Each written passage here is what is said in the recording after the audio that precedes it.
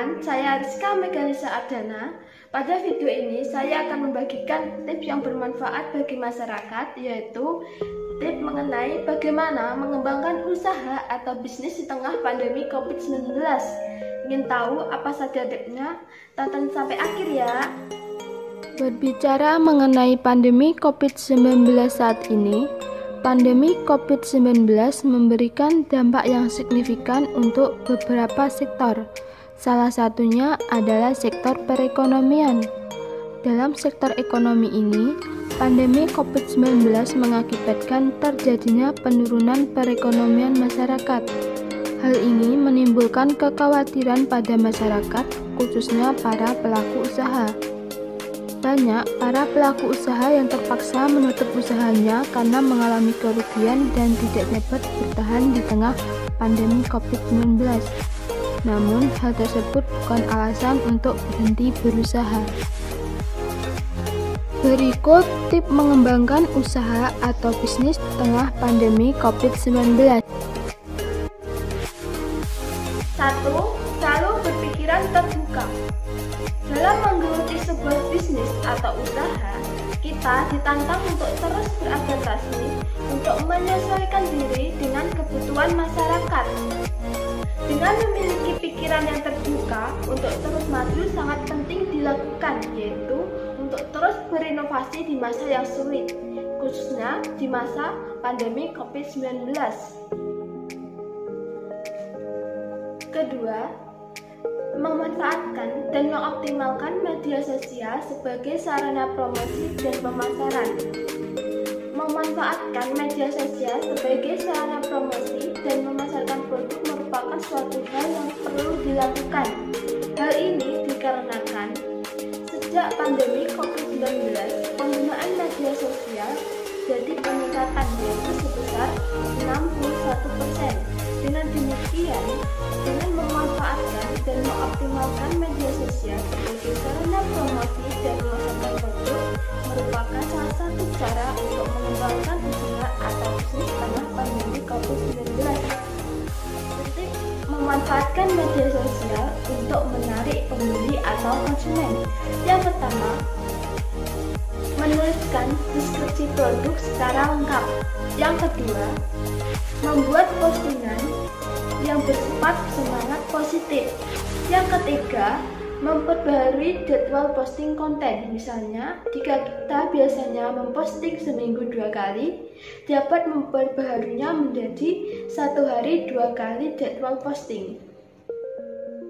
3. Mengandalkan kualitas produk dan layanan. Dengan meningkatkan kualitas produk serta pelayanan yang memuaskan dan terpercaya, maka dapat menarik antusias konsumen atau masyarakat. Dengan demikian, para pelaku usaha harus mementingkan kualitas produk serta pelayanan yang baik agar usaha atau bisnis dapat bertahan di tengah pandemi COVID-19. Bagaimana cara melayani pembeli yang baik? Yang pertama, sapa dan berikan salam kepada pembeli yang datang. Kedua, bersikap ramah dan senyum kepada pembeli. 3. Tanya apa yang dibutuhkan oleh pembeli, jangan sampai pembeli kebingungan. Itulah tips-tips yang dapat saya bagikan untuk mengembangkan usaha atau bisnis di tengah pandemi COVID-19. Untuk para pelaku usaha, jangan menyerah, tetap semangat, tetap berusaha.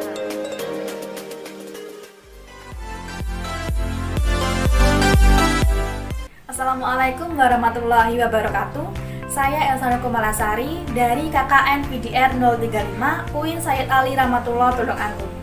Pada video ini saya akan berbagi mengenai tips mengelola keuangan saat pandemi. Saat pandemi seperti sekarang ini, kita harus pandai-pandai dalam mengelola keuangan. Karena saat kondisi seperti ini, biasanya pendapatan kita akan cenderung mengalami penurunan akibat dampak pandemi yang masih berlangsung. Dan hal itu nantinya akan menyebabkan kita mengalami kesulitan untuk memenuhi segala kebutuhan kita. Untuk itu, inilah 7 tips mengelola keuangan saat pandemi.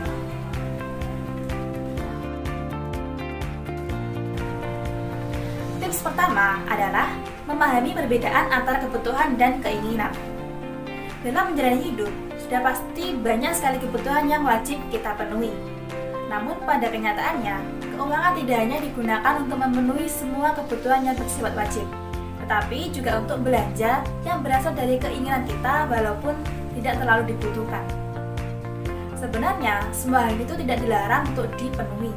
Tetapi, di kondisi seperti saat ini, alangkah baiknya jika kita memenuhi dulu semua kebutuhan utama, baru kita mengalokasikan pendapatan kita untuk keinginan-keinginan yang lainnya.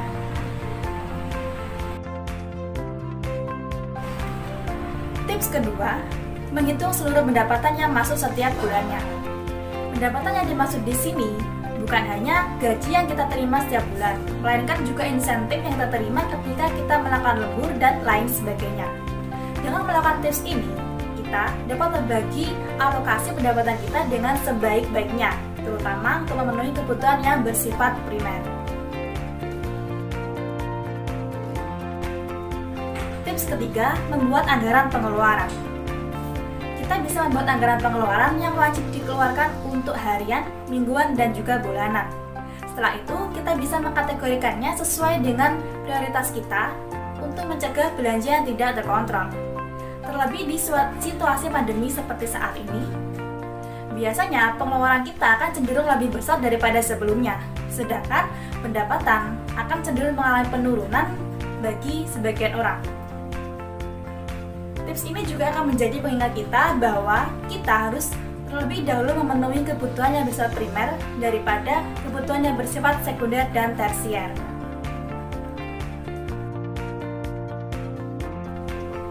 Tips keempat adalah menyiapkan dana darurat.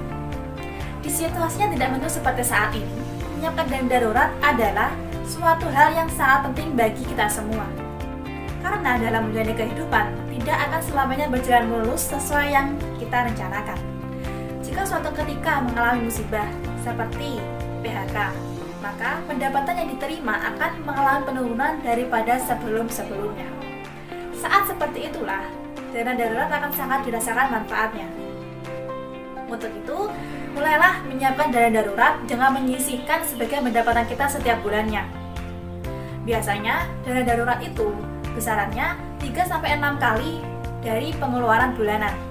Namun, untuk situasi pandemi seperti sekarang ini, idealnya adalah 12 kali dari pengeluaran bulanan. Karena kondisi yang tidak seperti saat ini membutuhkan persiapan yang lebih ekstra untuk dana darurat.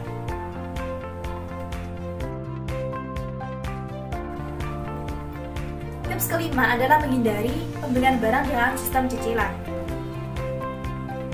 Saat kondisi pandemi seperti saat ini, menyimpan uang jauh lebih penting daripada membeli barang yang bersifat tersier. Sebaiknya kita menunda dulu keinginan untuk membeli barang jika barang itu tidak terlalu penting, walaupun ada sistem cicilan. Meskipun kita sudah memiliki tabungan ataupun dana darurat untuk membeli keperluan tersebut, tapi akan lebih baik jika kita menunda keinginan kita sampai masa kritis ini selesai. Tips keenam adalah mengalokasikan untuk tabungan, investasi, dan asuransi. Pada kondisi seperti saat ini, kita harus lebih ketat dalam mengatur keuangan. Selain mengalokasikan keuangan untuk dana darurat, kita juga harus mengalokasikan keuangan untuk keperluan lainnya, seperti tabungan, investasi, dan asuransi. Tabungan jelas berguna untuk saat ini ataupun masa depan, karena tabungan dapat digunakan untuk memenuhi kebutuhan sehari-hari ataupun kebutuhan yang mendadak. Sementara investasi digunakan untuk tabungan jangka panjang, sehingga uang yang kita miliki tidak akan habis begitu saja. Dan asuransi itu bermanfaat untuk melindungi diri kita dari biaya kesehatan.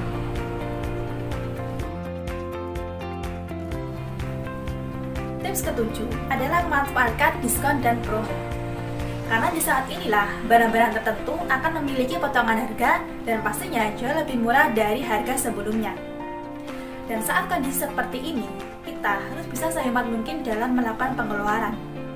Dan dengan melakukan tips ini, kita sudah bisa menghemat pengeluaran kita. Tetapi tetaplah bijak dalam menggunakan diskon. Dan tetaplah menyesuaikan anggaran belanja yang sudah dibuat agar tidak melebihi dari anggaran belanja.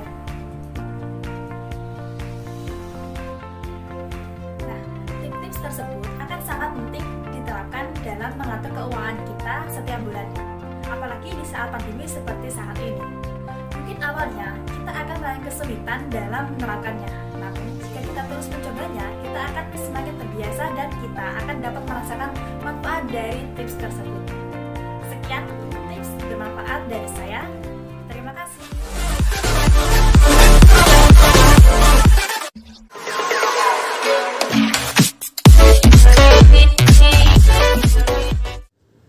Assalamualaikum warahmatullahi wabarakatuh. Saya Risma Dwi Agustin dari jurusan Manajemen Keuangan Syariah, Fakultas Ekonomi dan Bisnis Islam IAIN Tulungagung. Di sini saya anggota dari KKN VDR tahun 2021 kelompok 35. Pada video kali ini saya akan berbagi tips pada saat menjalani isolasi mandiri di rumah bagi masyarakat yang sedang terpapar virus COVID-19.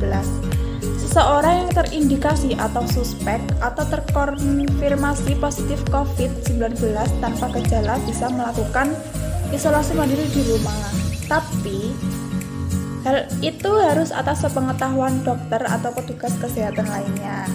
Dilansir dari Healthline, selain tanpa gejala, pasien COVID-19 dengan penyakit ringan atau sedang masih mungkin dipertimbangkan untuk melakukan isolasi mandiri di rumah jika dalam kondisi sebagai berikut. Yang pertama, berusia di bawah 60 tahun, yang kedua tidak merokok, yang ketiga obesitas, dan yang terakhir tidak memiliki penyakit lain seperti penyakit kardiovaskular, diabetes mellitus, penyakit paru-paru kronis, kanker, penyakit ginjal kronis, dan imunosupresi.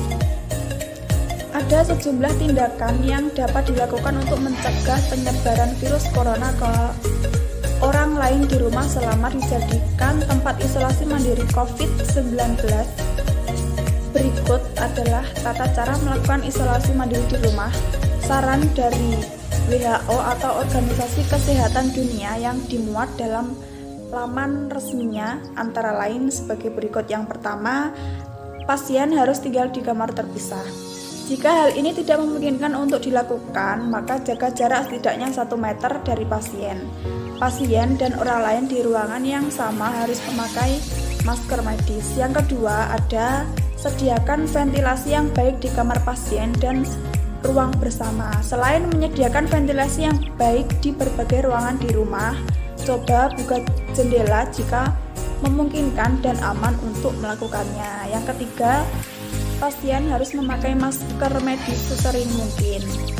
Pasien penting untuk terus memakai masker medis khususnya ketika tidak sendirian di dalam ruangan dan ketika jarak minimal 1 meter dari orang lain tidak dapat dipertahankan. Yang keempat, pengunjung tidak boleh masuk ke dalam rumah. Jika ada tamu berkunjung, sebaiknya di luar rumah saja untuk mencegah penularan virus COVID-19. Yang kelima, batas jumlah orang yang menemani di rumah. Jika memungkinkan, batasi jumlah pengasuh pasien COVID-19 hanya 1 orang di rumah.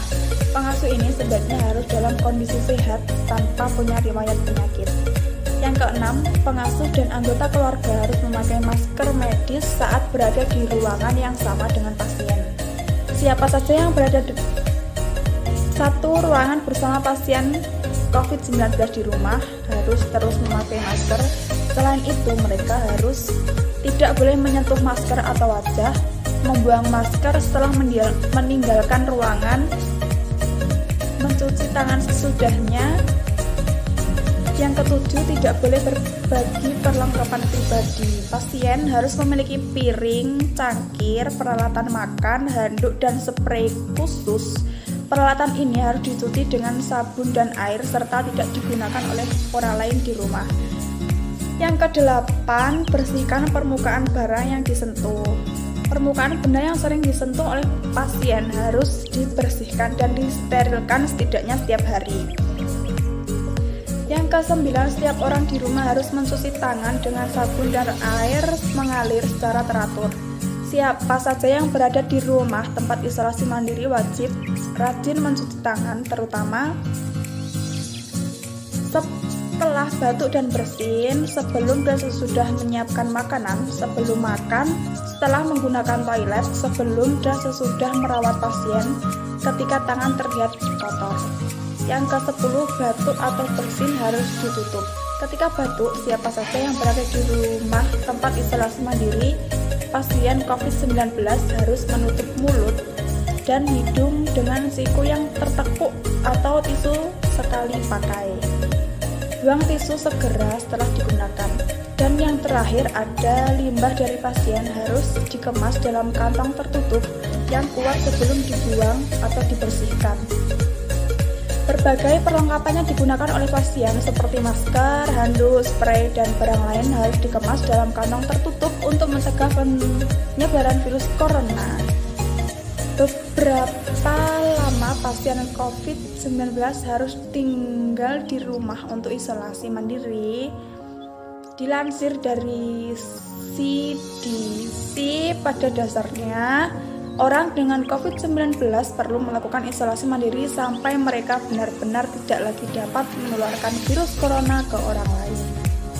Nah, itu tadi beberapa tips dari saya yang dapat dilakukan pada saat melaksanakan isolasi mandiri di rumah. Semoga bermanfaat dan dapat membantu. Wassalamualaikum warahmatullahi wabarakatuh.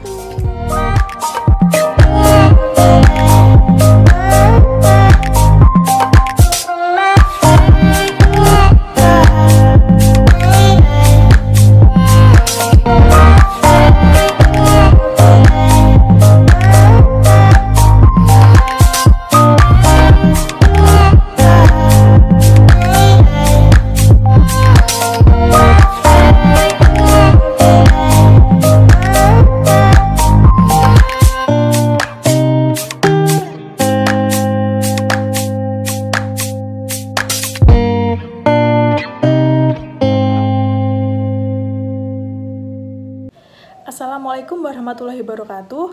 Perkenalkan, saya Sania Febri Nur Saputri, NIM 124-051-83019 dari jurusan Manajemen Bisnis Syariah, Fakultas Ekonomi dan Bisnis Islam, dan merupakan anggota dari KKN VDR 035 UIN Said Ali Rahmatullah. Baik, untuk vlog kreatif kali ini saya akan memberikan tips-tips bermanfaat untuk teman-teman semuanya, yaitu mengenai tips menjaga lingkungan selama masa pandemi. Sebenarnya menjaga lingkungan itu tidak hanya dilakukan ketika waktu masa pandemi saja, sebelum masa pandemi itu juga menjaga kebersihan lingkungan. Akan tetapi alangkah baiknya ketika masa pandemi seperti sekarang ini, untuk menjaga kebersihan lingkungan harus lebih ditingkatkan lagi, agar kita semua terhindar dari virus-virus jahat dan juga terhindar dari bakteri-bakteri lainnya yang ada di sekitar lingkungan kita.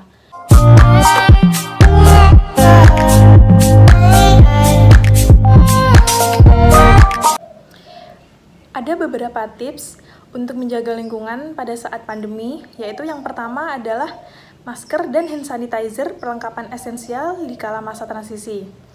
Teman-teman tentunya tahu untuk sekarang itu harus mengenakan masker dan membawa hand sanitizer ketika beraktivitas di luar, menutup mulut dan hidung ketika bersin atau batuk, serta mencuci tangan secara rutin sangatlah penting untuk menjaga kesehatan pribadi serta orang lain. Namun jenis masker dan hand sanitizer yang digunakan juga penting untuk memelihara lingkungan. Gunakanlah masker kain berlapis 3 yang sudah terjamin aman dan bisa dipakai serta dicuci berkali-kali. Kemudian untuk botol-botol hand sanitizer, usahakan menggunakan atau membeli botol dalam ukuran yang besar, atau membeli botol yang dapat diisi kembali atau diisi refillnya, sehingga tidak banyak membuang botol-botol plastik.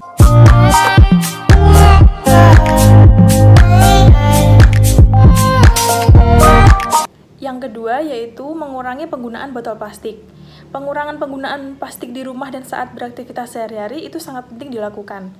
Selain menggunakan KBRL atau kantong belanja ramah lingkungan yang dapat digunakan berulang kali, kita juga bisa berhenti menggunakan air mineral berkemasan botol dan air mineral berkemasan botol plastik, lalu menggantikannya dengan botol minum yang bisa dicuci dan diisi kembali.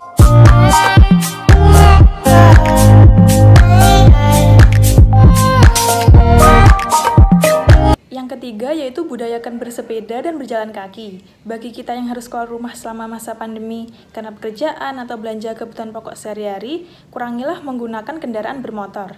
Biasakan bersepeda atau berjalan kaki sebab hal itu terbukti bermanfaat walau hanya 30 menit sehari. Berjalan dan bersepeda bisa menjaga kesehatan jasmani maupun mental loh, meningkatkan daya tahan tubuh dan juga berguna bagi lingkungan sehingga tidak mengeluarkan emisi gas yang membuat polusi udara.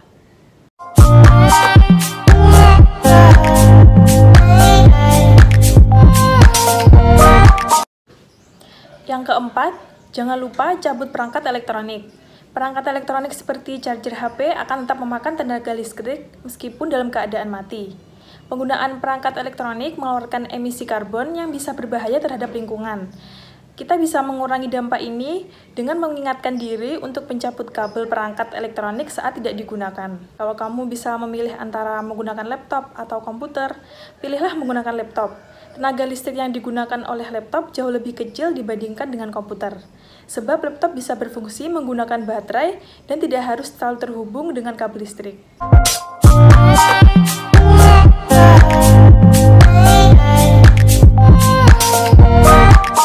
Yang kelima, hemat pemakaian air di rumah. Perlu teman-teman tahu, kita perlu lebih memperhatikan jumlah pemakaian air sehari-hari. Pemakaian air yang berlebihan bisa menyebabkan polusi di sungai dan laut. Di samping meningkatkan emisi gas rumah kaca yang terkait dengan pengelolaan serta distribusi air. Ada banyak tindakan sederhana yang bisa diterapkan untuk menghemat pemakaian air seperti mematikan keran saat sedang menyikat gigi atau selagi mencuci. Dan juga ada banyak sekali cara sederhana yang bisa dilakukan untuk menjaga lingkungan kita. Walaupun dunia sedang dilanda pandemi seperti ini, bukan berarti kita berhenti merawat alam. Yuk teman-teman semua, saling bahu-membahu untuk menciptakan lingkungan yang lebih baik untuk kedepannya.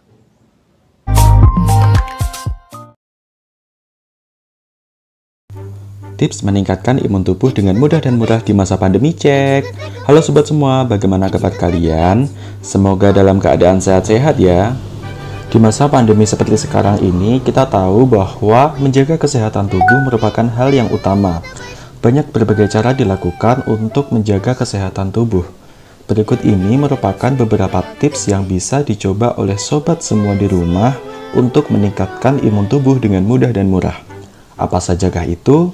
Mari kita simak pada video berikut ini. Yang pertama yaitu istirahat atau tidur yang cukup. Kualitas tidur sangat erat kaitannya dengan daya tahan tubuh. Tidur yang cukup dan nyenyak dapat menjaga bahkan memperkuat daya tahan tubuh. Sebaliknya, kurang tidur dapat membuat tubuh rentan terkena penyakit. Dilansir dari laman resmi Satgas COVID-19, waktu ideal manusia tidur sebaiknya antara 6 hingga 7 jam, serta direkomendasikan untuk tidur sebelum jam 11 malam dan bangun sebelum jam 5 pagi. Sehingga akan lebih baik jika Anda mengurangi waktu begadang agar durasi waktu tidur tetap terjaga serta bisa menjaga imunitas tubuh. Yang kedua yaitu mengkonsumsi wedang rempah. Tips kedua yang bisa dilakukan adalah mengkonsumsi minuman herbal dari rempah-rempah. Salah satunya yang paling mudah ditemui di sekitar kita adalah jenis rempah jahe dan sereh.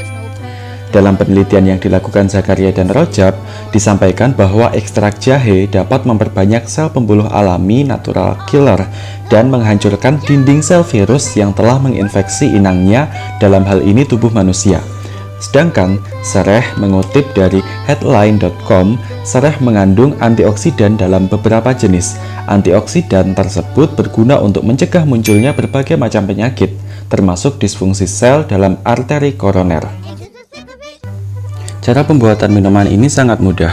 Langkah pertama yang dilakukan adalah siapkan 1 potong jahe dan 1 potong sereh yang sudah dibersihkan, atau bisa 2-3 potong tergantung kebutuhan, dan juga 1 saset madu. Kemudian geprek dan potong tipis-tipis jahe dan juga sereh. Setelah selesai digeprek dan dipotong, masukkan jahe dan sereh ke dalam gelas, lalu tuangkan air panas. Kemudian tambahkan madu secukupnya.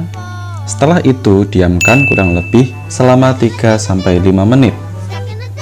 Dan setelah 3-5 menit, wedang rempah pun siap untuk dikonsumsi. Yang ketiga yaitu olahraga. Rutin berolahraga selama 30 menit setiap hari atau minimal 3-5 kali seminggu diketahui dapat meningkatkan reaksi kekebalan tubuh dalam melawan infeksi. Pilihlah olahraga yang sesuai kemampuan Anda dan mudah dilakukan selama masa pandemi, seperti berjalan kaki, jogging, atau bersepeda di sekitar rumah. Kelima yaitu berjemur. Hasil studi menyebutkan bahwa sinar matahari dapat memicu produksi vitamin D yang dapat meningkatkan daya tahan tubuh. Oleh karena itu, berjemurlah setidaknya 3 kali seminggu selama 10-15 menit, terutama pada pukul 9-10 pagi. Nah, itu tadi beberapa tips yang bisa sobat lakukan untuk meningkatkan imunitas tubuh secara mudah dan murah. Semoga tips tadi bisa bermanfaat ya untuk sobat semua. Don't stop and keep it going, do it. Let's get it on, move it. Come on, baby, do it.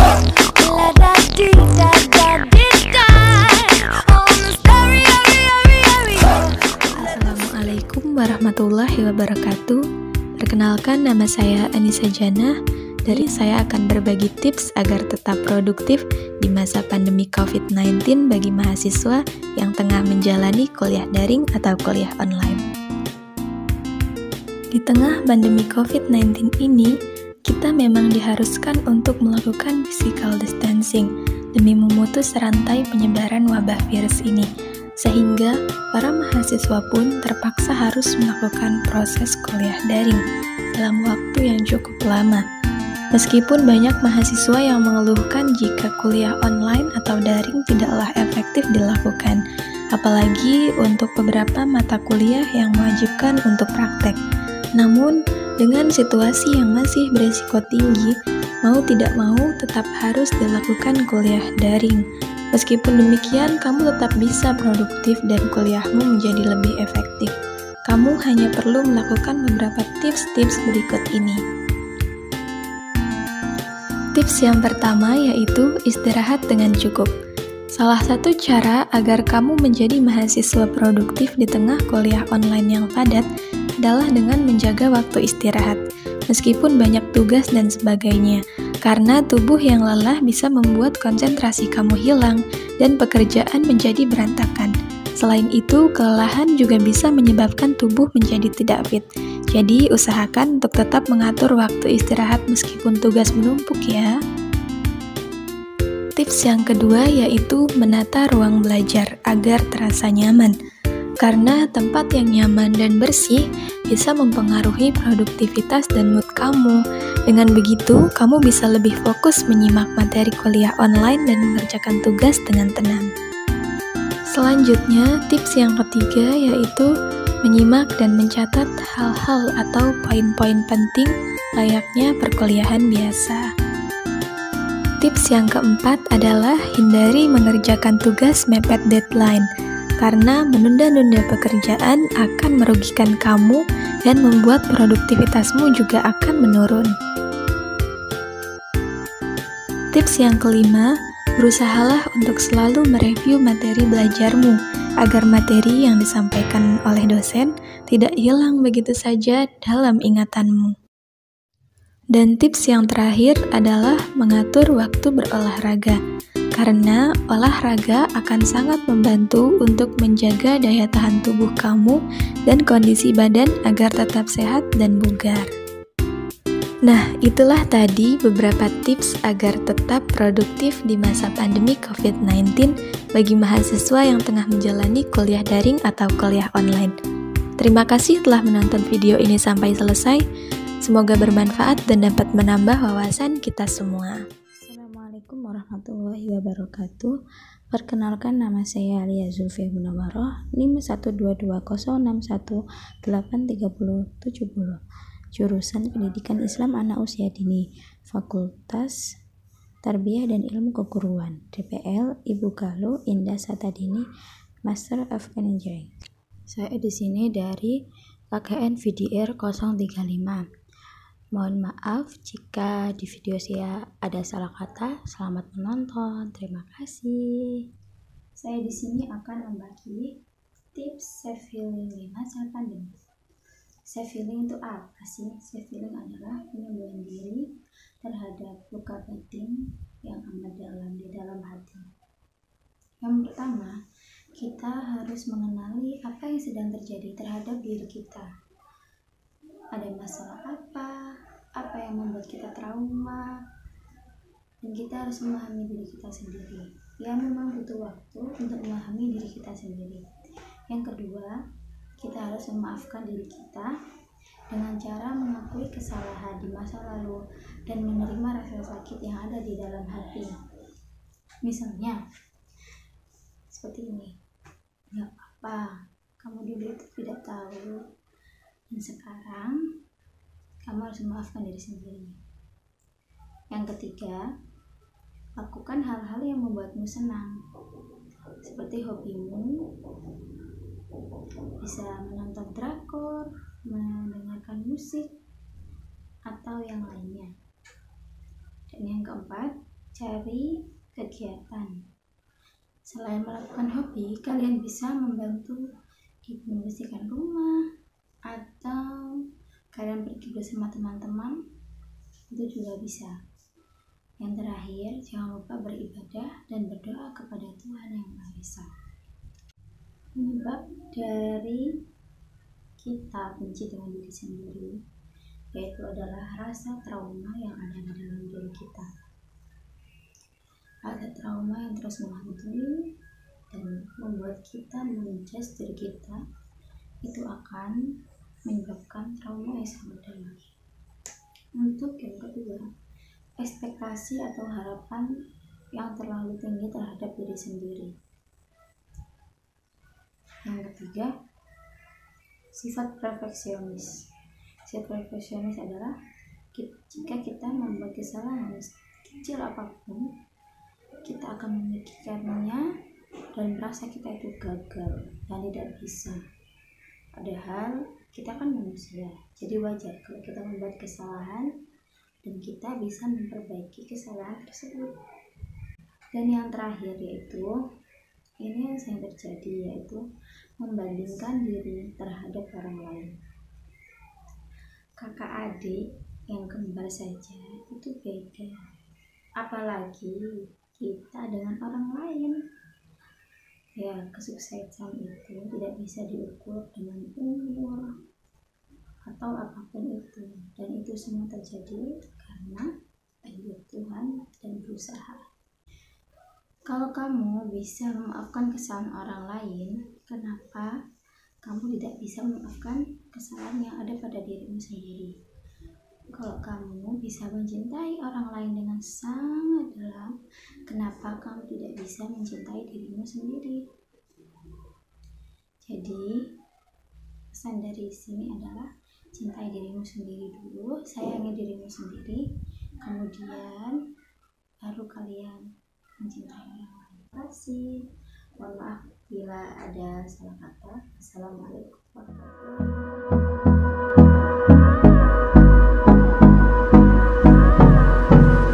Assalamualaikum warahmatullahi wabarakatuh.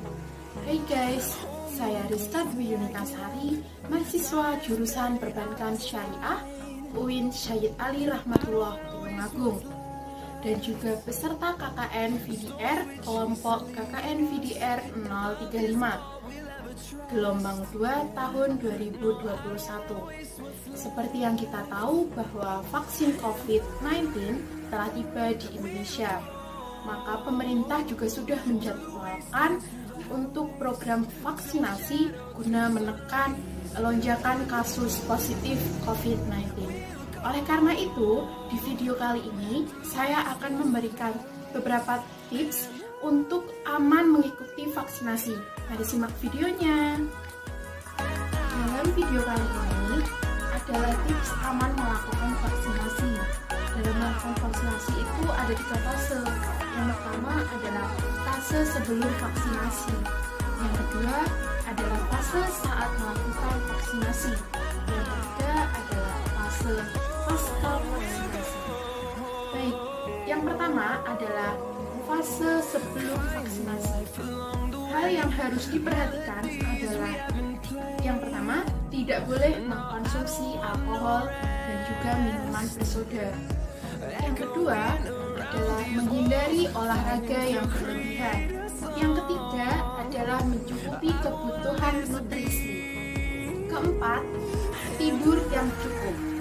Yang kelima, menghindari berita hoax yang bersumber dari sosial media. Yang kedua adalah fase menerima vaksinasi. Hal pertama yang harus dilakukan adalah menaati protokol kesehatan. Yang kedua, informasikan kesehatan kalian kepada petugas vaksinasi. Fase yang selanjutnya adalah pasca vaksinasi. Hal yang harus dilakukan pertama, perhatikan efek samping. Yang kedua, bedakan efek samping. Yang ketiga, tetap terapkan protokol kesehatan. Tips yang terakhir adalah persiapkan diri kalian untuk menerima vaksinasi dosis kedua. Sekian tips aman vaksinasi dari saya. Semoga tips ini bermanfaat untuk kalian. Terima kasih sudah menonton video ini. Wassalamualaikum